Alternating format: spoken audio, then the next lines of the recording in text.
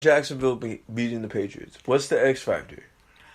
X factors that besides that pass rush. Besides the pass rush in the running game, give me the X factor that will get me to buy the Jaguars over the Patriots. Telvin Smith and Jalen Ramsey. Telvin Smith is an all-pro linebacker with 4.4 speed. You could put him on Gronk. You pretty much use him to erase whoever you need to erase in coverage. Also, Jalen Ramsey, perfect guy to shut down Brandon Cooks before he even gets started. You have A.J. Bouye, who will probably give up a touchdown in this game. So you might as well put him on like the second best. They'll find a way to throw touchdowns and crap on A.J. Bouye. Here's what I like about the Jaguars. So you know what? The X factor is A.J. Bouye. And you know what? I'll be accountable and say that I've been hating on Jacksonville all year long. Accountable. And so the truth is, I hate Jacksonville. Wow. But here's why I like Jacksonville, and here's why I like them this week. Because they're going to beat New England. I don't know if they're going to beat New England, but the reason why I believe in them is, as you already alluded to, the defensive line. But I think even deeper than that, they're not scared. They're a physically violent, tough team. And if you look at the Ravens, when they beat the Patriots, every team that beat the Patriots in Foxborough had a great defense that could run the ball, and their quarterback made just enough plays to win. Well, because even besides that, I mean, if you look at the Jaguars' offense, they're still top 10. They have a top 10 offense, which everyone thinks is horrible because of Blake Bortles. But as you alluded to, at one point, people dead-ass thought Blake Bortles was better than Derek Carr. They're like, oh, and Teddy Bridgewater. He did 35 touchdowns in his second year in the league. So the reason why I believe in Jacksonville is because they believe in themselves. They do not seem scared, but it's all fun and games until someone gets hit in the mouth. So you could talk the talk. The thing is, Jacksonville, like you said, they're aggressive, they're physical, but they do get beat. And the Patriots have shifty receivers, fast receivers who can pretty much beat anyone. No, they have one fast receiver. And Gronk. And a bunch of slow white receivers who run a lot. Who are shifty and who do a lot of dirty work. What I'm saying is, if a big play breaks off, is Jacksonville still going to be talking? If Bowie gets beat deep, if Church or Gibson gets beat deep, are they going to be able to rebound from that? Are they still going to be talking smack? Are they still going to be having fun? Are they still going to be yapping? Because Pittsburgh made a comeback and they were able to weather that storm. But the difference is, yes, Pittsburgh got within striking distance, but they were never on top. Pittsburgh has like one of the greatest offenses ever assembled. Of course. Antonio Brown is not a human being. Of course. They came back, but Jacksonville was still in control of that game. Even though they sputtered and stopped. It was way more of a blowout than people see. It looked close, but it was the blowout. It was way more of a blowout. Yes, for sure. They got 21 skunked in the first half, kind of like you and Madden. But wow. I've skunked you before, too. Don't play me like that. The point is, I believe in Jacksonville because they believe in themselves. And the reason why they believe in themselves is because they have a veteran like Calais Campbell. They got Darius, who knows the Patriots because he played in the division. They got Malik Jackson, who has Super Bowl experience. They got Pozlowski, who also knows the Patriots. Miles Jack. Bowie played them in the playoffs last year. Yannick is a beast. He might be the best pass rusher on that team. Because Yannick went in the third round, had 12 sacks. Even the other young guys. Dante Fowler had 8 sacks this year. He had a career year. Smooth, solid, too. He doesn't get a lot of play time. But when he does, he's solid. Yeah, so I feel like they have a pass rush that can last, and you're not running the ball on the Jacksonville Jaguars. With Marcel Darius and Malik Jackson and Calais Campbell. Actually, the running defense is not as good as it could be. And a lot of it is because I think their linebackers aren't. They're good, but they're not that good. They're not cleaning guys up like Navarro Bowman. Exactly. But guess what?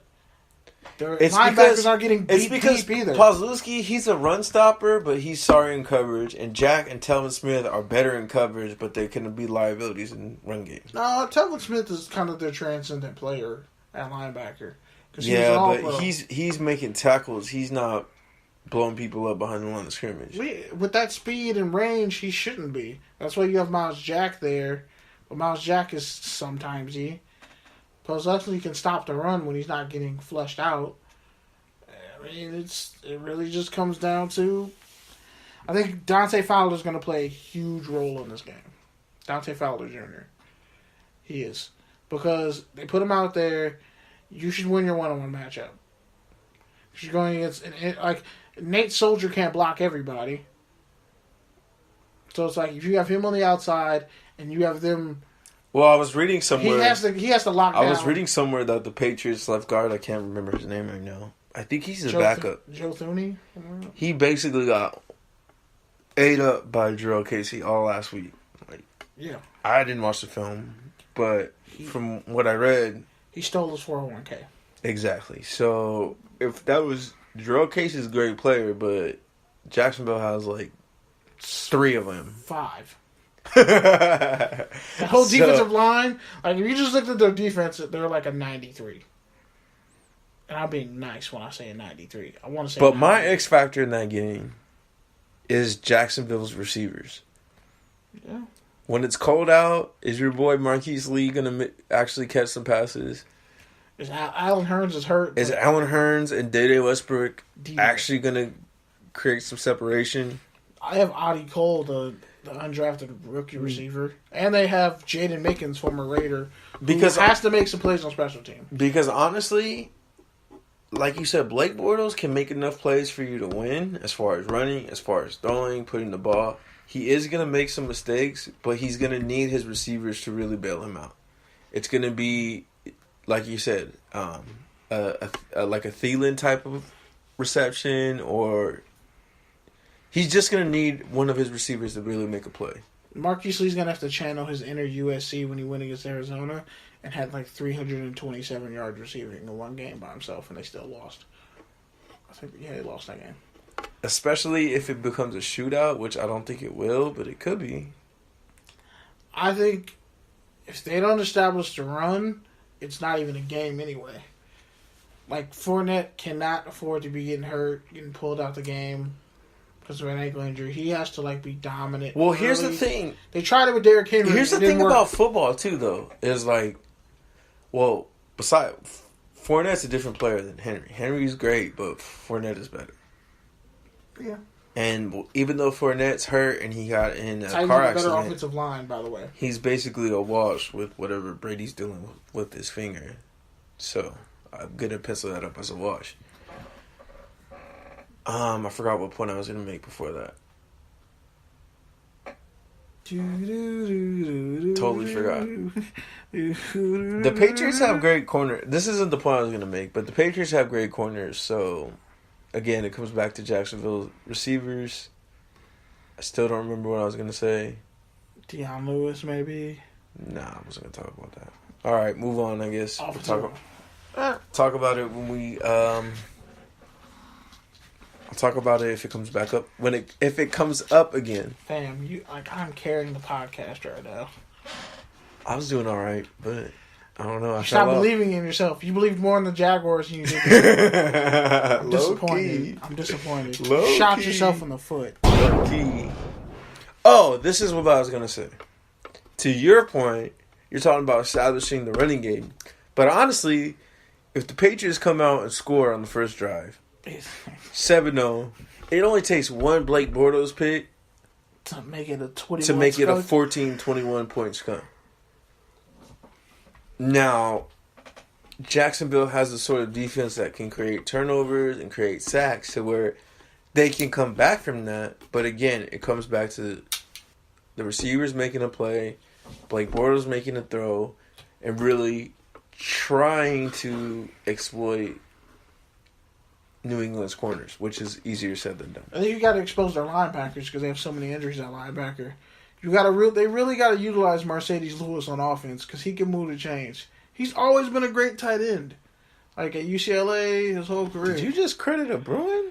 Yeah, Is this 2018? First off, he went to Long Beach College, so I'm always going to shout out Long Beach College. By the way, Herman Edwards, I feel like he subtweets. He literally, his last couple of tweets, he's like, "Dear ASU," he's like, "ASU players." And then he tweets some stuff. I was like, this feels like a subtweet to like a receiver who probably got suspended or is about to get suspended, and they just don't want to bring it up. But yeah, his tweets, I like how Herman Edwards is handling ASU's situation, like what he tweets out, like really motivational stuff, because he knows the kids are all on social media, even though they're probably, some of them are like, I'm trying to transfer, because a lot of guys are already transferring. And since I'm on the state of Arizona, shout out to Kevin Sumlin for finally getting the job that he was owed and deserved. He's the head coach at Arizona now, and he kept Marcel Yates as defensive coordinator, former Boise State defensive coordinator, and he was like the defensive backs coach at Texas A&M with Sumlin. So, it comes full circle again. And it's good to have two black head coaches at the college level, especially in the Pac-12, because college football doesn't really hire a lot of black coaches to run their programs. All right, on that note, let's move into the Taking Tangent segment, and let's start with the coaching carousel. So, Mike Mularkey is out. Huh? You want to give me a take or a tangent on it? I'm just going to combine him and like three other coaches. Go for it. Here's my tangent. Todd Haley was the fall guy, but he had to go because it wasn't going to be Big Ben, and they keep managing to crap their pants with that offense. Like, I don't understand how you have Juju Smith-Schuster, Martavius Bryant, Antonio Brown, Le'Veon Bell. That offensive line still gets Big Ben hurt. Which, by the way, Pittsburgh hates tackles for some reason. Why don't they ever draft a tackle? A great tackle. They keep getting Florida tackles who are good, like the third round, and it lasts you a couple of years. But really, it's just their guards and centers that are the glue to that offense. And it's like, and then that whole throwing Todd Haley under the bus. People just don't like Todd Haley. A lot of people just don't like Todd Haley, apparently, quarterbacks. Just find a way to throw Todd Haley under the bus. In Arizona, here. In Arizona, he was kind of a jerk, and he probably cost them a Super Bowl, but whatever. Even though that was Wisenhunt. I wonder if they bring in Wisenhunt. No, Wisenhunt got a job somewhere else, if I'm not mistaken. He did? I think he did, yeah. I'm pretty sure he did. Because, yeah, Tennessee's leaving they're getting rid of a staff. And they need to put an offensive coach in Tennessee, not Wisenhunt, because he was their head coach and it didn't work out. They got to put, like, somebody new or fresh there, because you are killing Mariota. With, like, that offense has potential, but it's so vanilla.